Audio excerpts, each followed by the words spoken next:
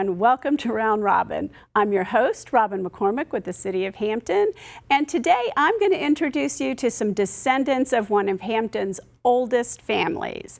We have representatives here from the Tucker family, Vince Tucker and Carolita Jones Cope. Welcome. Thank you for inviting us. You know, you trace your lineage back to William Tucker. Tell us who he was and the significance. Okay, so our descendants arrived here on the White Lion in 1619, and which was the first of the ships. Yes, and to Point Comfort. Point Comfort, yes, right. Yes, correct. And so Anthony and Isabella were two of those enslaved individuals on that boat, and they had a child in 1624, William Tucker, named after Captain William Tucker, who was the slave owner. And we lived on his plantation, so that's why our organization is called the William Tucker 1624 Society. Yeah, and in those days, it was fairly common for enslaved people to get an Americanized name and to take the last name of the person who claimed ownership of them. Yes, correct. And then once it happens, it's lineage, and it takes over. Yes. So, what happened to your family after that? I mean, so many families of those days can't trace themselves back, or were split up among so many places that they don't have that history that you have. Correct.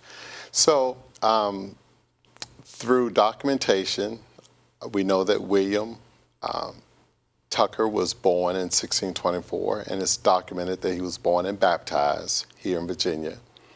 And we're part of that lineage. And let's say, as far as we know, he was the first, we can't even say African American because we weren't America then, the first African descendant born in the original 13 colonies, the British 13 colonies. Yes, born and baptized.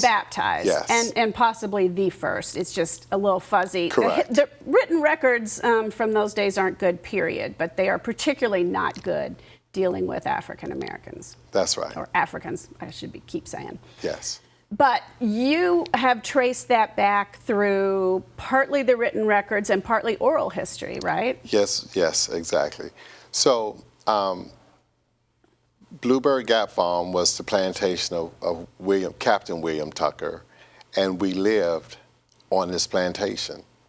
And we have always lived in the area, and the oral message or information to us passed down from our family. Part of the oral history is that we have always lived there or lived here. So that's what we believe. That's what has been in our family for hundreds of years, and we have always been in the region.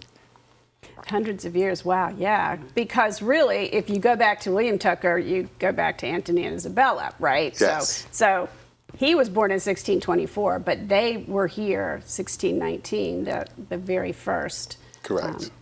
People who were. So, go ahead, Carolita. So I was going to say that I think every family needs a historian, somebody who is the one who keeps the information, documents the information. And we were blessed with a cousin, her name is Thelma Green Williams, who had the passion and had the interest, because she was the one who was listening to the elders along the way and piecing these stories together. And she had the drive to go back and do so much of the research that allowed us to piece as much as possible together. But the records are sketchy. They're sketchy for everybody, but they're especially sketchy for Africans. Yes, I mean, it's definitely. Yes. You had census, and at some point they were counted early, but then they, I think, stopped counting or just gave, people numbers and didn't list names. I mean, it's actually pretty surprising that he was listed in the census by name. Probably because he was baptized, I don't know. And that's what we're thinking as well. Yes. Well, the fact that they were listing everyone who was born and who was in existence at that time. but the fact that they put baptized as well meant that that was significant. And so I think that just lends credence to the fact that that it was important that he was baptized. So tell us some more, I interrupted you, about that oral history, about what you all have learned, or blending the oral history and the documentation. Well, I think we learned a lot. It was, growing up, we used to hear little pieces that the grandfather would, or somebody would say, that we didn't take seriously. But there was someone in the family who did, and that really helped keep everybody understanding what it meant. And so the oral history is something that I value more and more, and I'm glad that there's opportunities now to document that oral history. Right. Can you imagine? It survived 400 years. I mean, wow. That's pretty impressive. Now, you all maintain or own, or whatever the terminology is, a cemetery where many of your ancestors are buried. Tell me how that came about and how the change in ownership came about, because it would have been on the plantation at the time, owned by the Tuckers, or was it off to the side? Well, the cemetery is about a quarter of a mile from where the plantation was. Oh, okay. The plantation was at Bluebird Gap Farm. So the cemetery has always been in our family. So from generation to generation, everyone took turns on cleaning. And but just a few years ago, it was brought to the city's attention that there was some overgrowth there, and we looked into it. We were cleaning the cemetery all along, but kind of fell behind. Well, it's hard, and neither of you lives locally. I'm sure there are some people who are, but we're having this trouble across the city as a whole when plots were owned by the families and the cemetery had no plan for future maintenance, because back in the day, people stayed local, they took care of it, and the world's changed. Absolutely. So I'm sorry, I'm interrupting you. So no, you guys have always known about this cemetery. Yes, yes. So as we started cleaning the cemetery and just looking at the different dates, and we knew that we just needed to do more to find out more of our history of the age of things of that nature, how many plots were out there. So we did a penetrating radar scan several years ago. Oh, how cool, you did? So we discovered with 80% of about 85% of the land surveyed, we found about 106 sunken graves. So they are currently marked, and we have a little ways to go. And obviously there were no headstones during much of this time, so you don't necessarily know, right? That's exactly right. So we do believe that there's much history there untold, that hopefully at some point of time we will be able to find out more of the history, not only because of the 2-acre cemetery, but that entire area of Aberdeen. It could be other plots or other bodies extended into the neighbor's yard. Yeah. And that is something worth looking into as well. Yeah, because things were unmarked, unlisted, you just don't know. And family plots, any family plot could be, not really paid attention to anymore. It's a tough business. So how are you going to do that? This is pretty exciting. Well, just the other day we located a headstone that was sort of buried near the fence line just 2 days ago. Wow. And so we're going to dig that out and identify who that belonged to. But just looking at the demographics of it, we believe that with another penetrating radar scan, with the neighbor's permission, of course, we may be able to expand that territory just to see what's next door. So how do you all go about telling your story? I know you said there was someone who began to write down the stories and all that. How do you get this out to your own family members, but also to the public? Because, this is of Hampton, Virginia, and national significance? Well, within the society, so we formed a society of family members. It's not exclusive to family members. And we have a research and education committee. And they are trying now to do more research to try to get more information documented, doing all sorts of additional research. We actually my cousin Wanda Tucker was able to go to Angola, and she's going to give us more information on that. She's doing extensive research in several of the courthouses and other areas, and we're just trying to get as much information as possible. You know, the History Museum has been doing a lot of research into 1619 and who those arrivals were and where they came from, which I hope has been helpful. But as I understand it, most of them were what, you know, in 1619 was urban, but people who lived in towns or cities and who had skills and trades. Is that, you know, match up with what you guys know?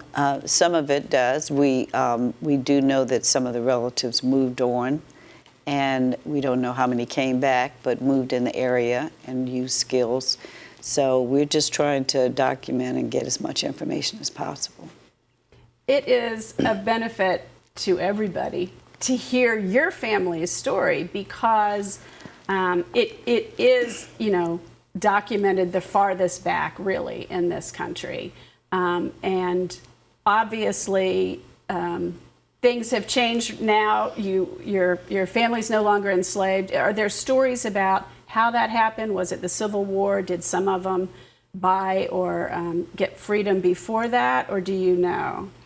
Well, I can say through Wanda's research, my sister Wanda Tucker, we have uncovered a lot of information that we have not exposed or shared with to the public at this time. We're still, you know, getting the pieces and the stories correct.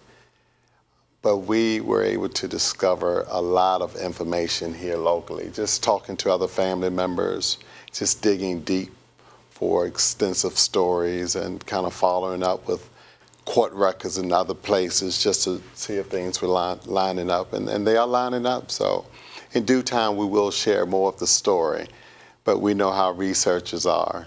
It is so hard because the oral history could have changed and morphed through the years, and trying to match it up with what is written or what is documented has to be a pretty tough task. It's pretty tough.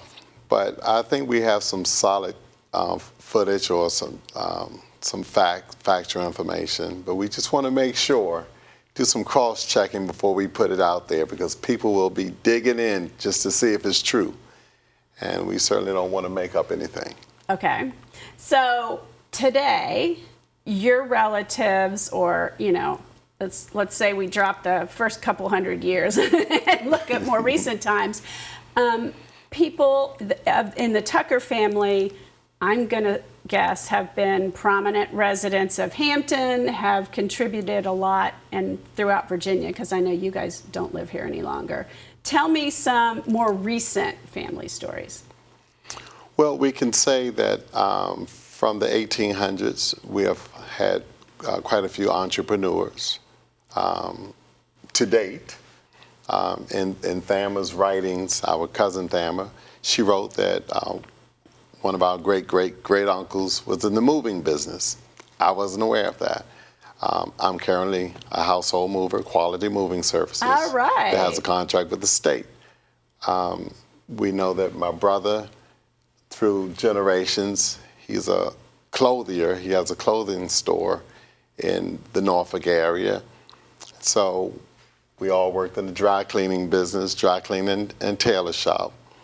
There's a grocery store, Tucker's Grocery, that started in 1899 in Newport News on Chestnut Avenue.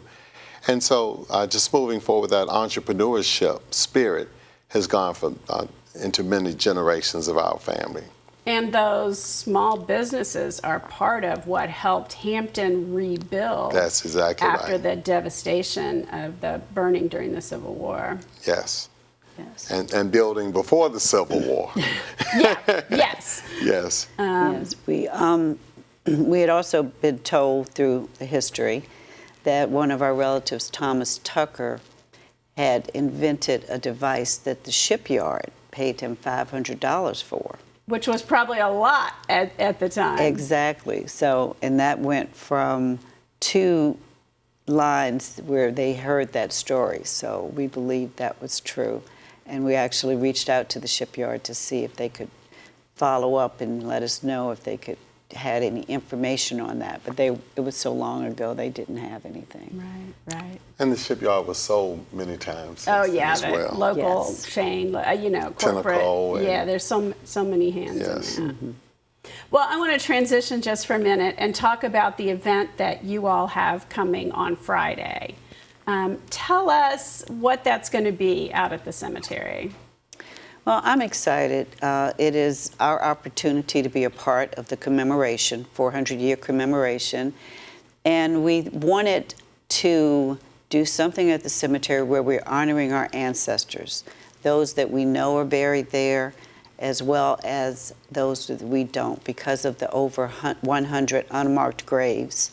We wanted to do something to just honor their life, their struggle, and ultimate survival for whatever amount of years it was. So we're going to have moments of reflection. We're going to have African libations. We are... Explain to people what African libations are, because I think there's the word libation in English means something a little different in modern times than it does. Yes. So it's an African tradition where you invoke the spirit, you ask the ancestors to bless your event, and you make declarations that you then pour water. It could be something else, but we're just going to pour water and ask that, it follows with the word ashe, which means make it so. And so we're going to have certain declarations that we're going to make in honor of them. And we hope that they will then be, a moment of peace and rest and blessing from those who have passed on. The spirits, I believe, are always with us. So we know that the cemetery has a very serene and a very peaceful feeling right now, and we just want them to feel that we are honoring that.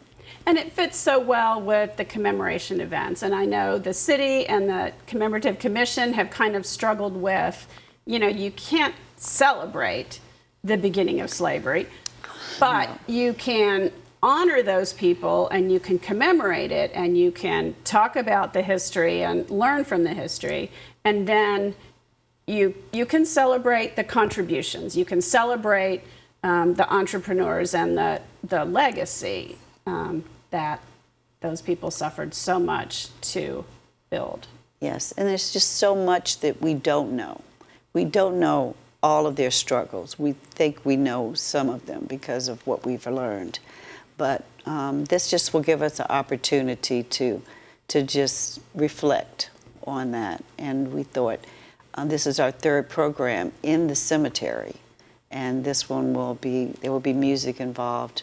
My aunt Brenda Tucker, our aunt Brenda Tucker, will be doing a beautiful spiritual medley.